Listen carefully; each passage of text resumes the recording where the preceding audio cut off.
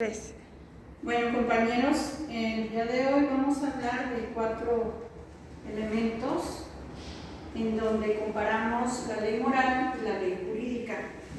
Para ello creo importante tengamos la referencia de unos conceptos en relación a la filosofía, ya que prácticamente todo este pensamiento actual tiene su antecedente en cómo el ser humano ha podido analizar lo que es su conducta.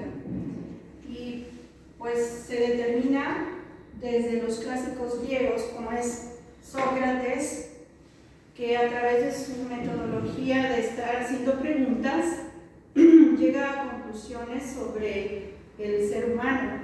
Y es cuando Platón, al escribirlo, porque Sócrates no escribió nada, Platón describe prácticamente todo lo que su maestro le enseñó en relación a esto. Y determinamos que, por ejemplo, Platón tiene conceptos en relación al ser humano y a su proceder que se define en una alegoría de la carroza. Esto quiere decir que el ser humano es quien guía a los caballos y la carroza y los caballos pues son esas motivaciones que tiene el ser humano para actuar. Posteriormente, Aristóteles, a través de un método de análisis de causa-efecto, determina pues eso que es la búsqueda de la verdad, de cómo se puede llegar a una conclusión. El método aristotélico lo seguimos llevando a cabo y es a través del análisis de la causa, el efecto, podemos llegar a conclusiones y establecer hipótesis y ver si se cumplen o no. La observación científica de la naturaleza y del comportamiento humano pues tiene ese fundamento, ¿no? De que podemos ver que las leyes físicas son perfectas, constantes y se cumplen a la perfección, mientras que las leyes que el ser humano ha propuesto se han valorado bajo 2 aspectos, porque el tiempo así lo ha determinado y el pensamiento también, como leyes morales y leyes correspondientes al derecho o bien jurídicas. Posteriormente, un pensador muy importante que fue justamente Kant, un filósofo prusiano de la Ilustración, en donde para él lo más importante era que la razón debería de determinar de manera lógica pues lo que es el conocimiento de uno mismo como persona y de todo lo que nos rodea. Para él, aspectos como la revelación o la iluminación pues no cabían. Él decía que a través pues del método socrático el ser humano conoce o tiene en sí mismo el conocimiento de las cosas. Bueno, yo ahí difiero un poco, porque al final de cuentas sí, puede que el conocimiento esté en nuestro inconsciente, pero nosotros tenemos que documentar o bien observar para poder llegar a esas conclusiones. Sin embargo, Kant, que es parte de lo que se le llama el idealismo alemán, propone cosas muy interesantes. Para esto debemos entender, de acuerdo a esa observación de la ley natural, cómo sí se cumplen esas leyes generales, digamos, o universales. El hecho, por ejemplo, de observar la naturaleza, podemos ver que en determinado momento todo ser viviente nace, crece, se reproduce y muere. Y esa relación de nacer, crecer, reproducirse y morir en los diferentes reinos, que es el reino animal, el reino vegetal o el mineral, en el caso del ser humano, como es parte de su esencia como mamífero, tiene ciertos comportamientos parecidos a los mamíferos, pero nos diferencia el hecho de ser seres humanos. Y había hablado anteriormente que son 3 potencias específicas, que son no nada más el cuerpo, sino el alma y el espíritu. Y dentro de esas potencias del alma son la inteligencia, una de ellas la memoria y la voluntad.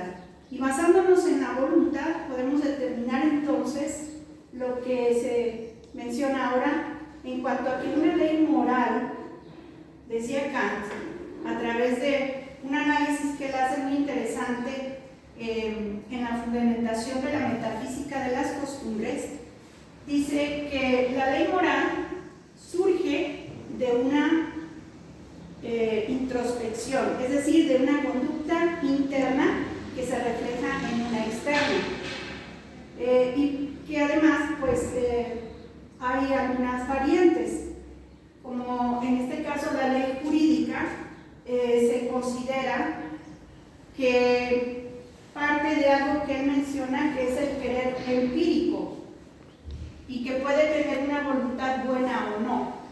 El querer empírico es decir que yo cumplo la ley por cumplir el deber ser, digamos que es por cumplir la ley y no realmente porque sea una cuestión moral o porque sea un cumplimiento virtuoso o no. Eso va a depender prácticamente de los valores que tú tengas. Entonces, se habla y habla también de una voluntad buena. Sin embargo, él menciona que la ley moral en este caso, pues no es coercible, en este caso no aplica, y no tanto porque se tenga que relacionar a la posibilidad de una sanción o no, sino realmente se dice que no es coercible en cuanto a que la parte de actuar o no, o sea, de cumplir o no con ella, no implica digamos así, un esfuerzo adicional de la parte externa. Él dice que se cumple porque de alguna manera hay una motivación interna por sí misma. Es decir, que el individuo se autorregula, se marca las leyes dentro de él y las cumple. Sin embargo, hay otra persona, que es el Hartman, y dice que esta teoría de decir que el ser humano se autorregula no es válida y que no es un tanto autónoma, porque en realidad el deber ser lo determina la voluntad pura, es decir, que la ley moral existe por sí misma, no porque el individuo se le imponga. A eso lo conocemos como la conciencia, y sabemos que hay muchas personas que tienen una conciencia laxa, es decir, que pues les da si bien cumplir o no cumplir, y entonces es cuando se pierde este valor de sí mismo. Eso es lo que dice Kant, que es algo que el individuo determina si lo cumple o no. Y en realidad no es así, porque la ley moral está determinada por valores que son universales y son objetivos. Y esto es lo que propone Hartman, de acuerdo a un análisis que hace con Königsberg, que es un filósofo que dice que en realidad esos principios vienen de algo superior, de algo que viene de más arriba y que es universal y es para todos, llámenle como quieran. En general, podemos decir que entonces la ley jurídica, en este caso, el que se cumpla o no, tiene su variante en que puede ser una norma que se obligue a cumplir aún en contra de la voluntad del individuo. Entonces, podemos decir que el querer empírico se cumple forzadamente y no realmente por una convicción. Y es ahí cuando Kant menciona que es una voluntad buena, porque se ejerce la norma desde el punto de vista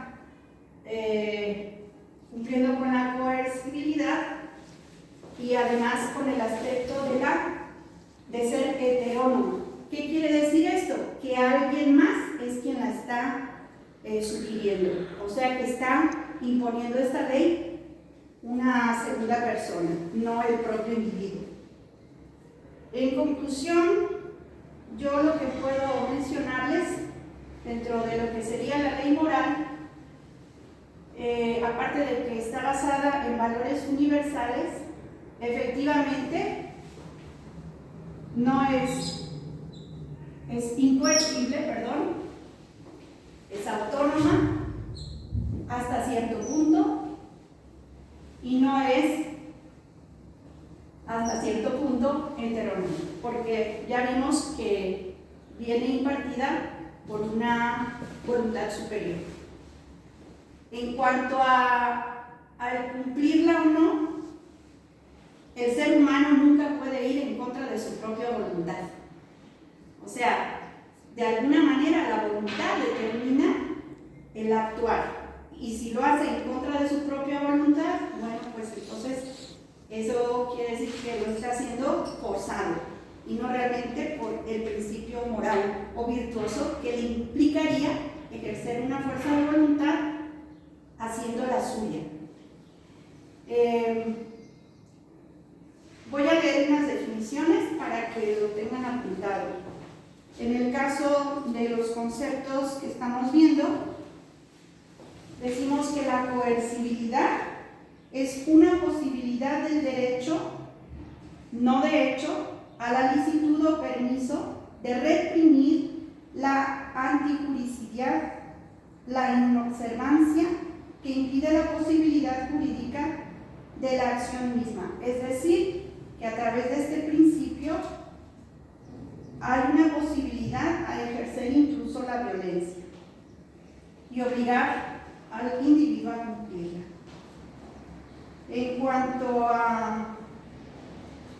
al proceder heterónomo, es aquel que carece de mérito moral, es decir, que en este caso la ley jurídica sí es heterónoma. ¿Por qué? Porque se obliga a cumplirla. Y bueno, incoercibilidad, ya vimos que en este caso se dice que no hay una sanción, por decirlo así, o una obligación de cumplirla hasta cierto punto, porque quienes de alguna manera hemos visto que el cumplimiento de una ley moral enriquece o hace virtuoso el cumplimiento de las leyes jurídicas, entendemos que la compensación es una satisfacción personal y según la creencia también implica una trascendencia. Se dice también que la voluntad pura es incapaz de apartarse del deber ser. Todo ser racional ha de someterse a ello. Hasta cierto punto lo que dice Hartmann es que al final de la propuesta de Kant llega a haber una especie de contradicción y dice que la razón es sencilla, a lo único que el hombre no puede hallarse sometido es a su propia voluntad.